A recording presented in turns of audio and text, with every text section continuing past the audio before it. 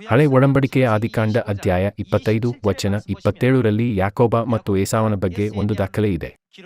ಏಸಾವನು ತಾನು ಯಾವ ರೀತಿಯ ಬೀಜಗಳನ್ನು ಬಿತ್ತುತ್ತಿದ್ದೇನೆಂದು ಸಹ ಪರಿಗಣಿಸದೆ ದಿನೇ ದಿನೇ ಅನಿಶ್ಚಿತವಾಗಿ ಬದುಕುತ್ತಿದ್ದನು.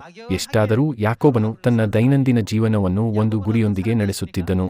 ಅವನು ಪ್ರತಿದಿನವೂ ಒಂದು ಉದ್ದೇಶಪೂರ್ವಕ ಪ್ರಜ್ಞೆಯೊಂದಿಗೆ ಬದುಕುತ್ತಿದ್ದನು. ಅವನು ಏಕೆ ಆ ರೀತಿ ಬದುಕಬೇಕು ಎಂಬುದನ್ನು ಅರ್ಥಮಾಡಿಕೊಂಡನು. ಒಂದು ದಿನ ಯಾಕೋಬನು ಅಡಿಗೆ ಮಾಡುತ್ತಿರುವಾಗ ಏಸಾವನು ಕಾಡಿನಿಂದ ದಣಿದು ಬಂದು ಅವನಿಗೆ, ನಾನು ಬಹು ದಣಿದು ಬಂದಿದ್ದೇನೆ, ಆ ಕೆಂಪಾದ ರುಚಿ ಪದಾರ್ಥವನ್ನು ಈಗಲೇ ತಿನ್ನುವುದಕ್ಕೆ ಕೊಡಪ್ಪ ಎಂದು ಹೇಳಿದನು. ಯಾಕೋಬನು ಅವನಿಗೆ, ನೀನು ಮೊದಲು ನಿನ್ನ ಚೊಚ್ಚಲತನದ ಹಕ್ಕನ್ನು ನನಗೆ ಮಾರಿಬಿಡು ಅನ್ನಲು ಏಸಾವನು ಪ್ರಮಾಣ ಮಾಡಿ ಅವನಿಗೆ ತನ್ನ ಚೊಚ್ಚಲತನದ ಹಕ್ಕನ್ನು ಕೊಟ್ಟುಬಿಟ್ಟನು. ಏಸಾವನು ಎಷ್ಟು ಕೊಟ್ಟನು?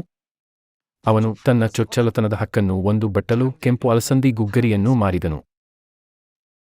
ಈ ಬೀಜವು ಅಂತಿಮವಾಗಿ ಯಾವ ಫಲಿತಾಂಶವನ್ನು ನೀಡಿತು? ಏಸಾವನ ಚೊಚ್ಚಲತನದ ಮಗನ ಹಕ್ಕುಗಳೆಲ್ಲವೂ ಯಾಕೋಬನಿಗೆ ವರ್ಗಾಯಿಸಲ್ಪಟ್ಟವು. ಪ್ರತಿದಿನವೂ ಚೊಚ್ಚಲತನದ ಹಕ್ಕಿಗಾಗಿ ಬದುಕಿದ ಯಾಕೋಬನ ಜೀವನ ಮತ್ತು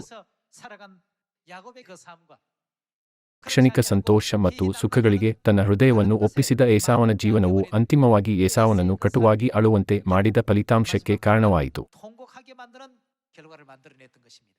ನಾವು ಈಗ ಯಾವ ಬೀಜಗಳನ್ನು ಬಿತ್ತುತ್ತಿದ್ದೇವೆ ಮತ್ತು ನಮ್ಮ ಜೀವನದ ಕೊನೆಯಲ್ಲಿ ಏನನ್ನು ಕೊಯ್ಯುತ್ತೇವೆ ಎಂಬುದರ ಕುರಿತು ಚಿಂತಿಸಬೇಕು.